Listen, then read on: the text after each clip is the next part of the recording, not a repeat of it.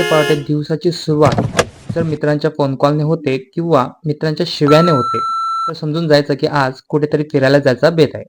पण कुठे हे कोणालाच माहीत नाही. बस या धावपळीच्या जगात लांब कुठेतरी, जिथे शांतता असेल, मोकळेपणा असेल, जिथे निसर्गाचा आशीर्वाद असेल, जिथे लोकांमध्ये आपलेपणा, आपुलकी असेल, अशा ठिकाणी तर गाडीचं स्टायरिंग आपोआप कोकणकडे वळलं. आता कोकण म्हणजे जिवंतपणी घडणारा स्वर्गाचा प्रवास असं मानलं जातं. तसंच जिंकण्यात जो आनंद आहे त्याच्यापेक्षा जगण्यात जी गंमत आहे हे जाणवून देणारं ठिकाण, असा हा आपला कोकण, माझा कोकण. आज बघायला गेलो तर जो तो जिंकण्यासाठी प्रयत्न करत आहे, जिंकण्यासाठी धडपडत आहे, हे सर्व करत असताना आपण जगणं विसरत चाललो आहे. जगण्यात जी गंमत आहे ती विसरत चाललो आहे. आमच्यातील नाती, माणुसकी विसरत चाललो आहे. आज माणसाला नाही तर पैशानं जास्त किंमत दिली जाते. आजच्या काळात श्रीमंती पैशाने मोजली जाते. पण कोकणातील लोक पैशाने जरी श्रीमंत नसती तरी निसर्गाच्या सानिध्यात राहून मनाने खूपच श्रीमंत आहेत. आता थोडंसं लक्ष ह्या गावातील समुद्राच्या किनारपट्टीवर वळवूया.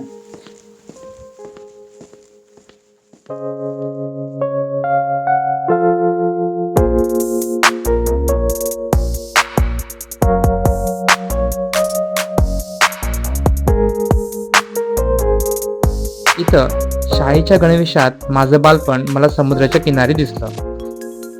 इकडची लोक निस्वार्थीपणे एकमेकांना मदत करताना दिसली. दुसऱ्याच्या प्रगतीत आपली प्रगती बघणारी ही माणसं खूप काही शिकून गेली. हे काका काम करत असताना एकमेकांचे मनोबल वाढवताना म्हटलेले बोल.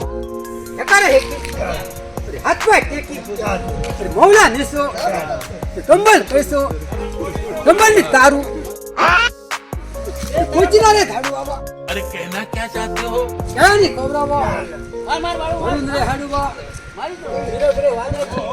समजलं काहीच नाही, पण ऐकून आणि बघून मजा आली.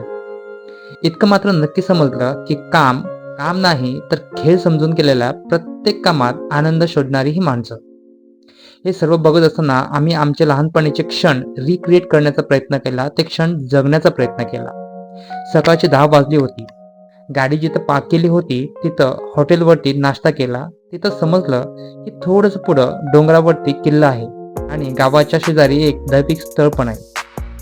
डोंगर चढून बघतो तर किल्ला नाही दिसला, पण तिथे चारा चरत असताना गुरं आणि उंच टेकडीवर उभं राहून अविस्मरणीय असा सुंदर लक्षवेधी समुद्रकिनारा दिसतो.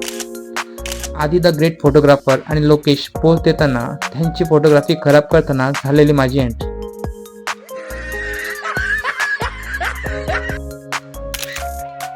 इथे थोडे फोटोज आणि सेल्फी काढून आम्ही डुंगेश्वर दैविक स्थळावरती जायला निघालो.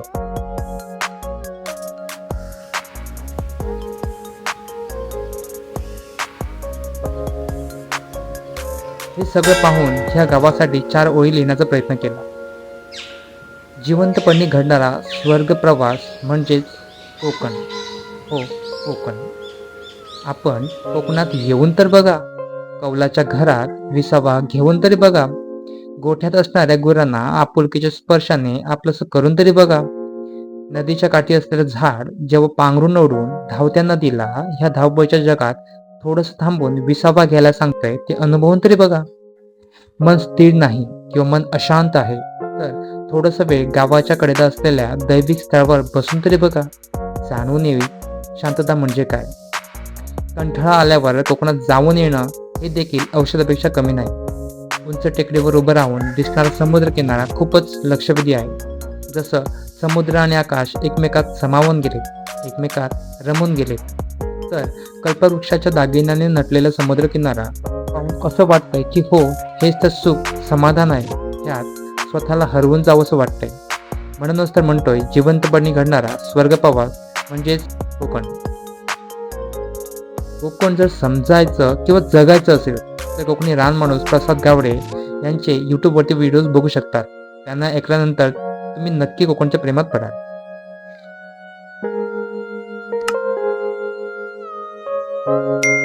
ना अंदाज कुठले, ना अवधान काही, कुठे जायचे यायचे भान नाही. जसा गंध निघतो हवेच्या प्रवासात, जसा गंध निघतो हवेच्या प्रवासात, ना कुठले नकाशे, ना अनुमान काही,